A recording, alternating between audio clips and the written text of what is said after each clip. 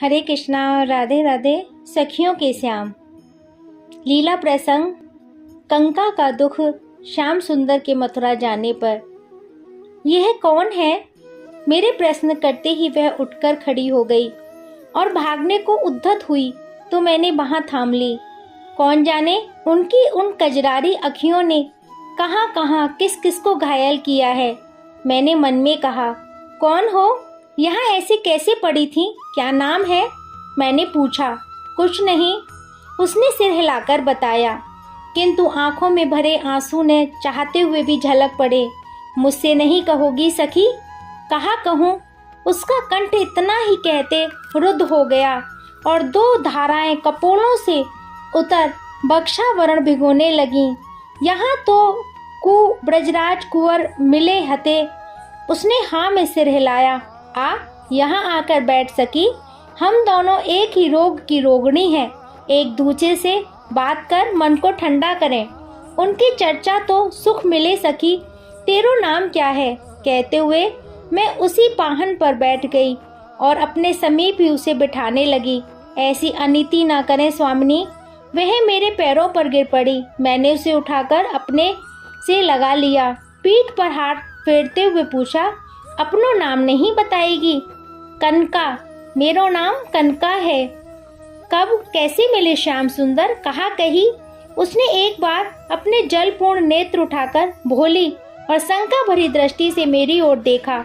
मैंने मुस्कुराकर स्नेहपूर्ण दृष्टि से देखा तो वे पलकें झुकाकर कुछ कहने को उद्यत हुई, किंतु होठ थोड़े हिलकर रह गए। कनका, बोलेगी नहीं? कह देने से मन का ताप हल्का हो जाता है सखी। हम सब यही तो करती हैं। इसी मिस उनकी चर्चा होती है।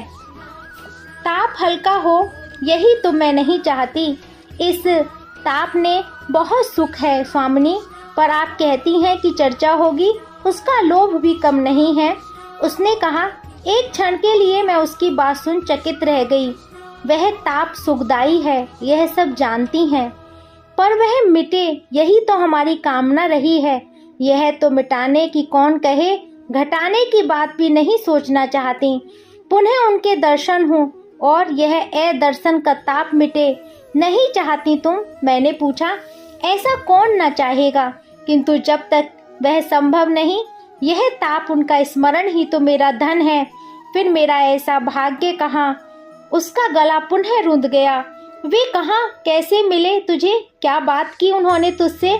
मैं एक दिन इन जटाओं को बांधकर झूला झूल रही थी कि उन्होंने पीछे से आकर झूले के साथ ही मेरा हाथ पकड़ लिया, जिससे एकदम भाग न सकूं। मैं चौंक कर खड़ी हो गई। उन्होंने कहा, मुझे भी अपने साथ झुलाएगी? इतनी देर में तो मैं अपने आप को ही भूल गई थी। वह रूप, स्पर्श और फिर वह मधुर स्वर, वे मुस्कान और वे चितवनी। कनका पुनः मौन हो गई। ए कनका, फिर क्या हुआ? क्या कहा तूने? हाँ, उसने चौंक कर मेरी ओर देखा। मेरे मुख से बोल नहीं फूटा तो वे स्वयं ही झूले पर बैठ गए और हाथ थामकर मुझे भी अपने समीप बैठा लिया। हम दोनों झूला झूलने लगे। उनकी अंग श्वास। कनका ने सांस खींची। फिर क्या हुआ? मैंने शीघ्रता से पूछा। वह कहीं फिर स्मृति के समुद्र में डुबकी न लगा जाए। तेरो नाम कहा है री? मैंने कहा, कनका। कंस तो नाए। वे खुलकर हंस पड़े। ले खाएगी? उन्होंने फैट से आम का फल निकालकर मुझे दिया। तभी मुझे स्मरण आया, कुछ मधुर फल फूल और अंकुर मैंने संग्रह किए हैं। मैं वह लाने के लिए उठी तो उन्होंने बाहें थाम ली। कहाँ जाती है? मैंने वृक्ष की खोडर की ओर संकेत किया। दोना लाकर उनके हाथ में थमाया तो बोले, यह क्या है? क्या करूं इसका? मैंने एक फल उठाकर उनके मुख में दिया तो खाते हुए बोले, ओहो, ये तो बहुत स्वादिष्ट है। सब खाकर बोले, ले, मैं तो सब खा गया, अब तू क्या खाएगी? मैं और ले आऊंगी। तुम्हें रुचे ये मैं नित्य ही ला दिया करूंगी। सच बहुत अच्छे हैं। और ला देगी तो मैं दादा के सखाओं के लिए भी ले जाऊंगा। कल ला देगी? कल क्यों, अभी ला दूंगी। मैं चलने लगी तो उन्होंने फिर रोक दिया। आज नहीं, अभी तो बहुत आतप है, कल लाना। चल, अभी तो अपने खेलें। मेरा हाथ पकड़कर वे उस ओर ले गए। वहां भूमि पर लकीरें खींचकर हमने चौकोर घर बनाए। पत्थर के टुकड़ों को फेंककर एक पैर पर चलते हुए उस टुकड़े को ठोकर से खिसकाते हुए खेलने लगे। पहले तो मुझे कुछ संकोच लगा, किंतु जब अच्छी तरह खेलने लगी तो वे हार गए। कन्या ने मेरी ओर देखकर लज्जा से सिर झुका लिया। मैं थोड़ा सा हंस दी। जिसने त्रिविक्रम बनकर 2 पदों में ही त्रिलोक को नाप लिया था, वह अपनी ठोकर से नन्हे पाषाण खंड को नहीं खिसका पाया।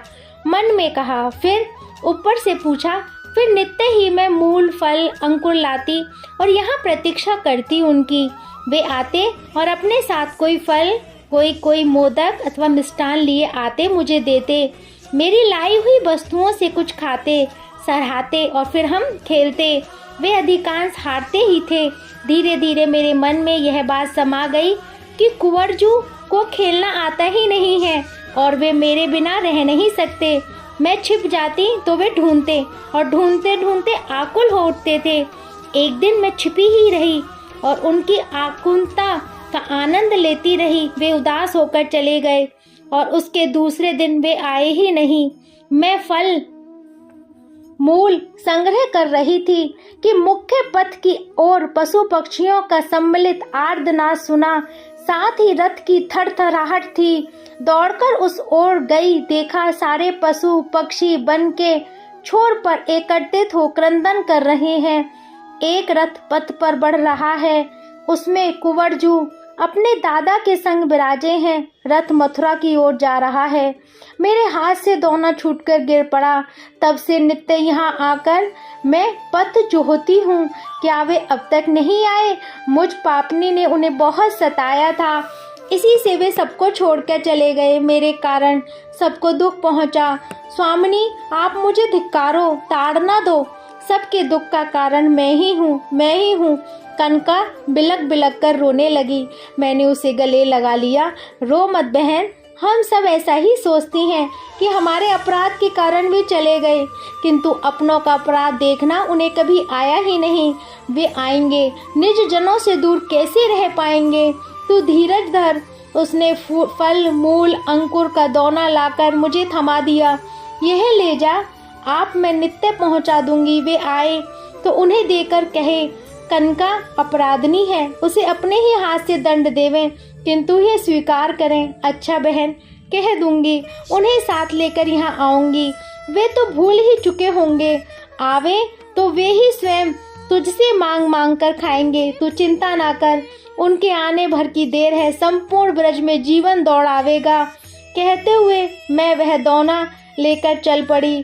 मैं तो नित्य ही यहाँ आती थी, अपराह्न ढलने पर ही जाती हूँ। वे मेरे साथ बने रहते, कभी इसे देखा नहीं यहाँ, और इसका कहना है कि ये नित्य आती थी।